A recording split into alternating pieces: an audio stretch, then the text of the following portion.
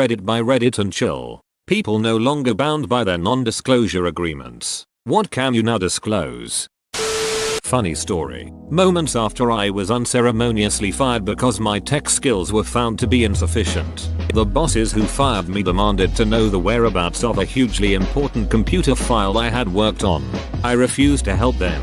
I even cited the exact language of the NDA I was compelled to sign. I am prohibited from disclosing details of my employment with anyone, including past and current employees of the company. I expounded, adding, so ask someone who works here, because I don't. It was a great ducky moment that I still cherish 5 years later.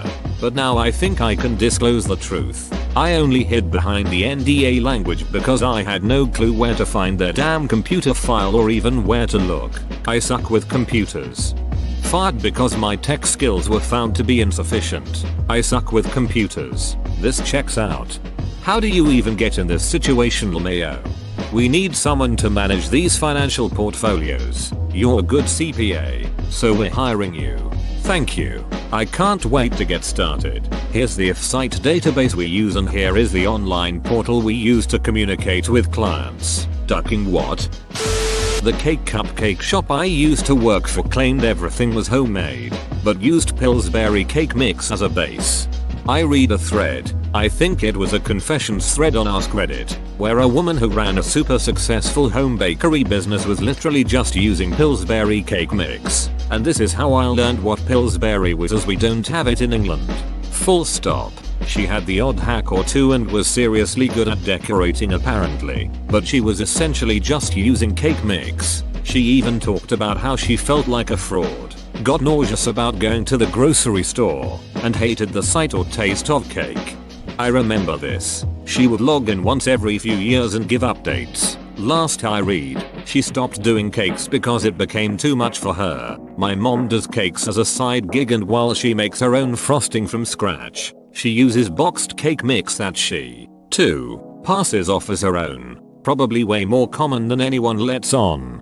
There's a local fast food chain in my area with a super popular chocolate cakes. Widely known is that they use mayonnaise. Not widely known is that other than that it's 100% Betty Crocker cake mix with Duncan Hines frosting.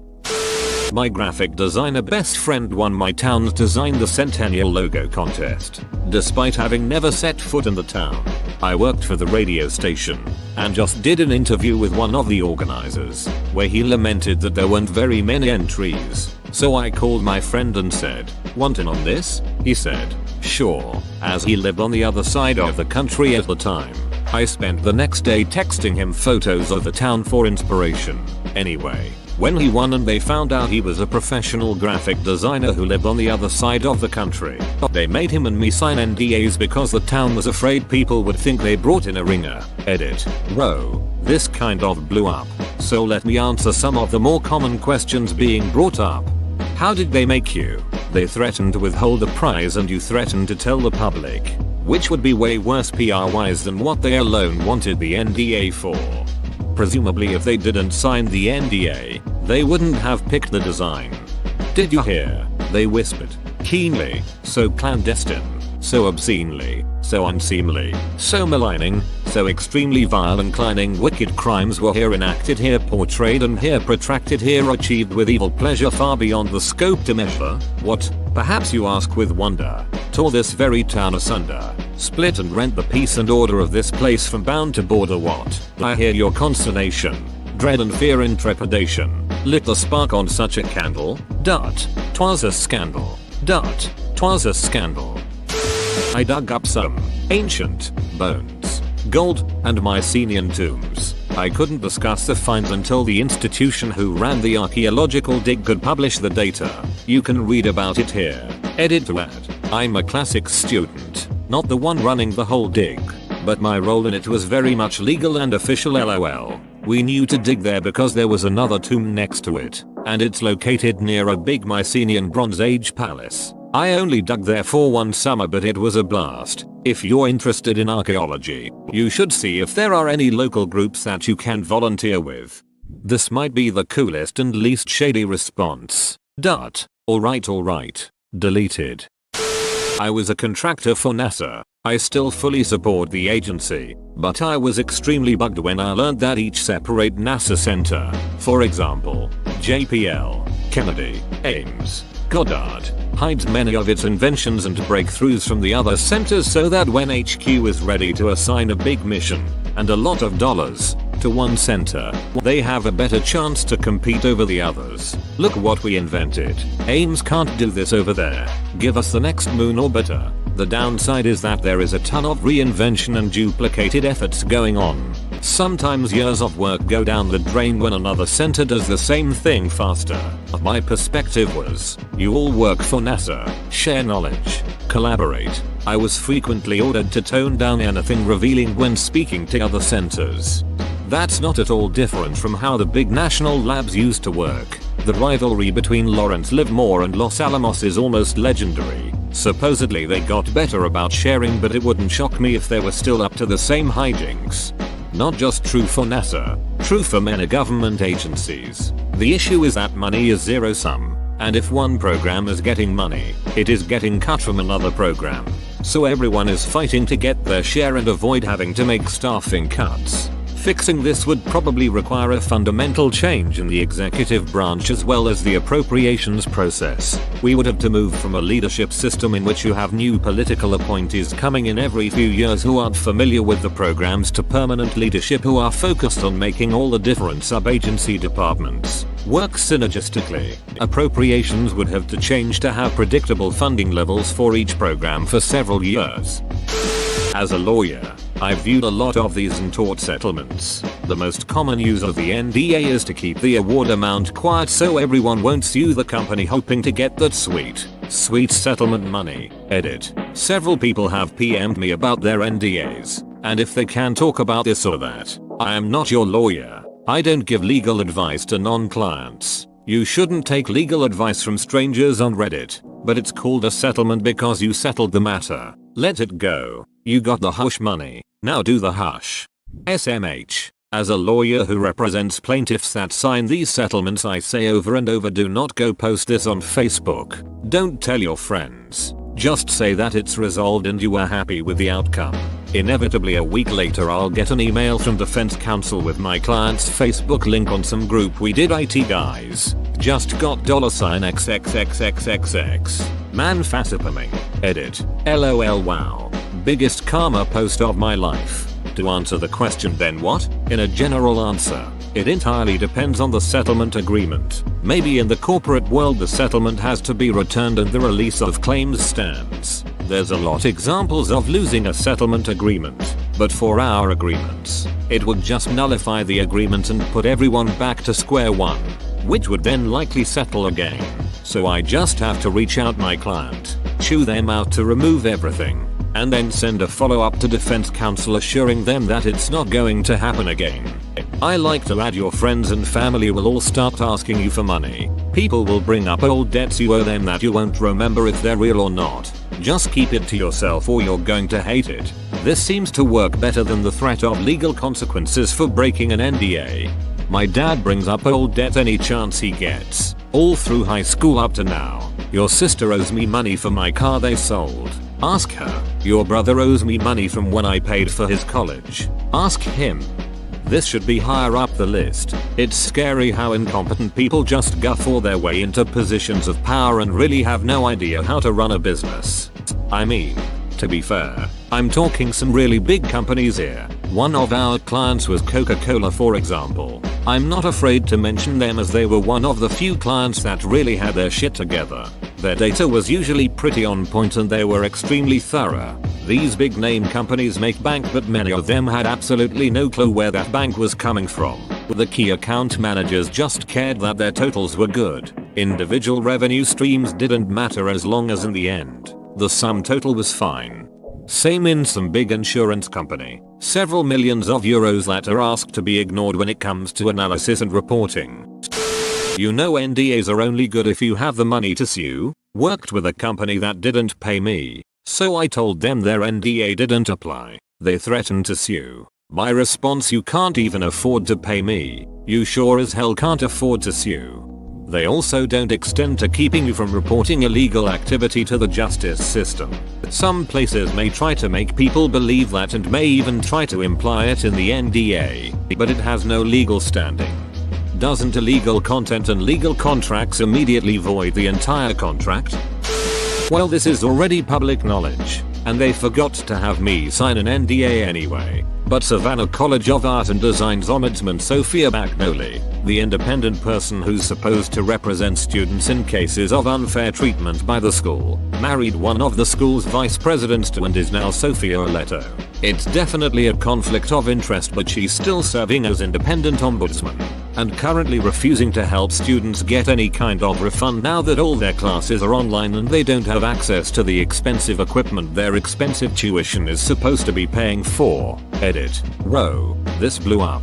For anyone affected by SCAD, whether it was the abrupt closure of the Hong Kong campus, financial burden, lack of access to facilities, poor e-learning quality, etc., you do still have recourse even if the ombudsman may be working against you. SCAD's accreditation is up for review with SaxCoc this year. SaxCoc will accept written complaints mailed to their office. Link below. Make sure to include documentation, things advertised by admissions, emails, financial statements, etc.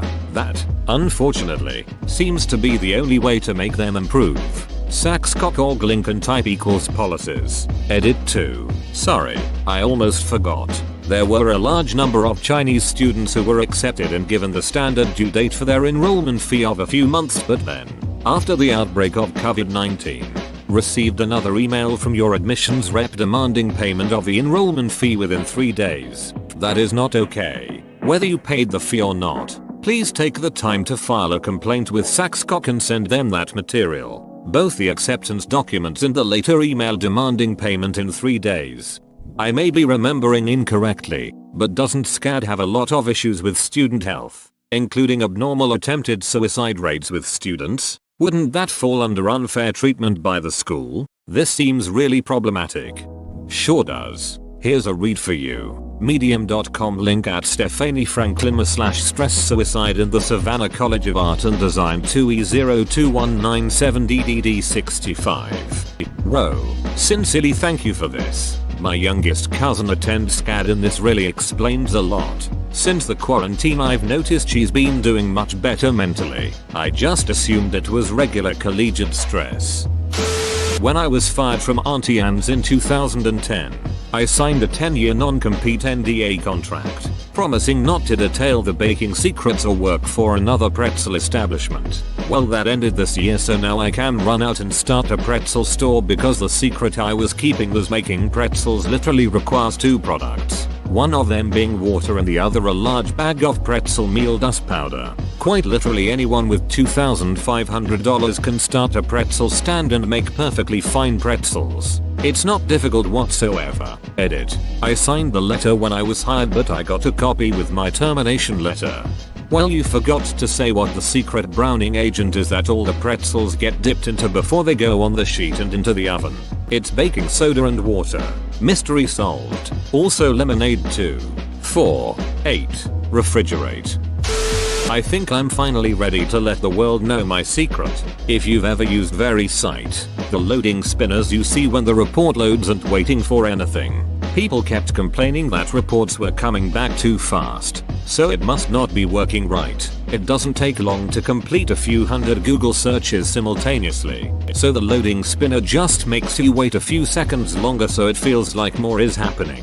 So glad to finally get that off my chest. Bonus fact. Edit. I also added applying phlebotinum, reticulating splines, and looking for cat memes as random loading messages, but they wouldn't let me do harassing at Ted Cruz on Twitter. This is a good one. Now we just need an elevator engineer to admit that the close door button doesn't actually do anything. To be blackballed by big elevator? You'll never see that. This reminded me of adding an egg to instant pancakes, cakes, brownies, etc. Not actually necessary. When Betty Crocker's instant baked goods brand first went on the market, her sales were poor. The team surveyed people and they were suspicious of baking from a powder. Adding the egg makes people feel that they're actually contributing to a baking process. Edit. U/which weighs up thinks I'm missing a detail. And they seem to be right. The originally introduced cake mix did not need egg. Or water for that matter. It was then revised to now require water and egg, or you can still make it without and it will be edible. But not for the best final product. Actually kind of better fits ARP's example. A step was added to make a process less convenient but somehow reassure the user. Here's a Psychology Today article with more detail. I worked at a small bakery in New York City when I was younger. Every morning the bakery would take their day-old cupcakes and deliver them to a tour company that did Sex and the City tours. The tour company would pass our cupcakes off as cupcakes from Magnolia, and significantly much more popular bakery. I went on that tour with my ex-wife and ate one of those cupcakes. Edit. The cupcake was pretty disappointing. Definitely tasted stale. After the cupcake, the tour took us to some swanky little underground bar where they fed us cosmopolitan martinis, and then it ended at a dildo store. They set us up for a good time. Is that why she's an ex-wife? She left in search for a real Mongolian cupcake. Edit. Wow, thanks for the silver. I misread the comment. Didn't know about Magnolia or South Park reference till now, lol. The owner of the company is an absolute psycho. They have been trying to hire developers for years now, and despite paying really well, they can't keep them. I quit after 3 days. I was trying to help out on a high priority bug on my 3rd day, when I said all the requests to X endpoint are failing, to which he replied, I see 1 out of 500 requests succeeding. Does that sound like all to you? He then called a company-wide all-hands meeting and proceeded to tell everyone how important it is that we all speak carefully, and that we don't need ducking retards like me lying to the company, making it harder to diagnose issues. I told him to go duck himself and quit on the spot. Turns out the company has a big history of this. My boss, who had been there for 2 weeks, had tried to quit the week prior, but was convinced to stay on to meet me. He left a few days after me. Apparently a few people got together and tried to tell the owner that he needs to watch how he talks to people, and he blew up on them about it too. I later heard that I was something like the 10th person to quit within their first month in a row. This is juicy. I like this one. Oh, I forgot one other part of this story that makes it really funny. They offered a quitting bonus thing since they were having so much trouble even getting people in the door for interviews due to a ton of bad company reviews. They had in the contract that you would be able to get a few thousand if you left and weren't fired within the first 90 days. Apparently it was the owner's idea. Well, when I told the owner to duck off, I quickly sent an email announcing my resignation, to which he replied all saying, let's have a phone conversation about this. It would be highly premature for you to leave on your 3rd day. I declined. The quitting bonus was contingent on signing a non-disparagement agreement. A few days after I left, I get an email from the owner's right-hand man sending me a link to an ex-company Facebook group where past employees go to network or something. I had no interest in that, so I declined. But I'm convinced that it was an attempt to get me to break my non-disparagement agreement. If I joined the group and talked shit about the company, he would try to sue for the quitting bonus back. I don't know for sure that's what it was, but it just stinks of that nutjob trying to be clever. Also, that quitting bonus is no longer offered on their recruiting page. Why the duck would you incentivize quitting? Star Wars Battlefront 2 EA will have microtransactions. The NDA was signed in 2016.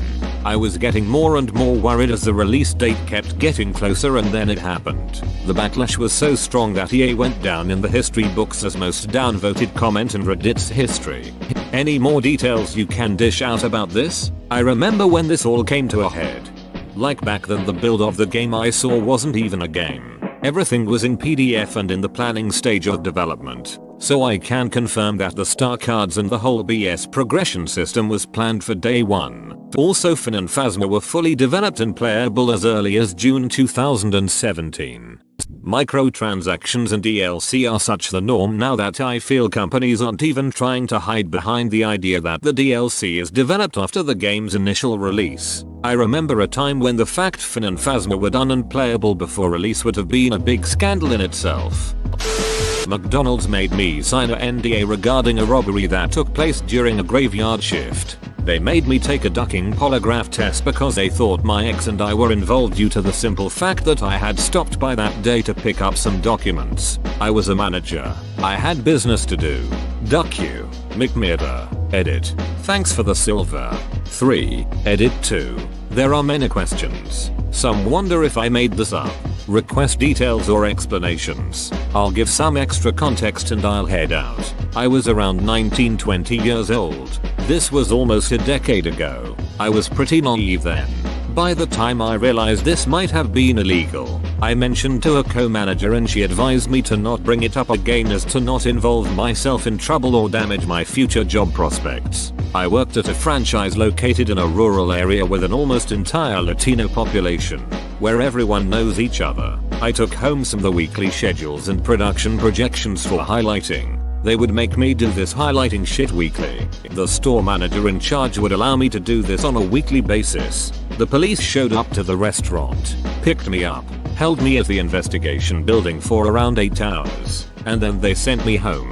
When I passed the polygraph test, the area supervisor called again to mention that he appreciated that I took the polygraph, glad to hear I passed, and that he would always have my back. I roll. I left the job at McDonald's in 2014.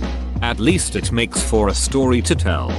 Hell, the first day of my first job was at a Hardee's. We were robbed. It was really obvious my manager had set it up as there was over $1,000 in my register and she wouldn't swap out the till. Then when the robber was running off she yells out, "Wait, you forgot this," and gets the $50 and $100 bills from under the drawer. Then pretended to faint. After the police interviewed us they just left. She expected me to finish my shift and I just laughed and walked out never to return. Bruh, what the duck? That seems almost surreal to me. No way she got away with it, did she? I had to sign an NDA to work at this tech company, and I'm still waiting to accidentally overhear something cool so I can feel special for knowing something important but being legally barred from disclosing it. Pro tip: 99% of the other people there are in the same boat. Start talking loudly on the phone, or in a stage whisper with a colleague after overtly double checking, "Hey, you signed the NDA right?" And you can at least make everyone else feel special. Well, the data screw up was just another package library issue. They've reverted it now. But you can't roll back whatever's in the wind already, so did the NSA say anything about the strange numbers you were seeing? What do you mean plead the fifth? Sure, it runs faster now, but aren't you a little worried about the radiation? Ducking, like and subscribe.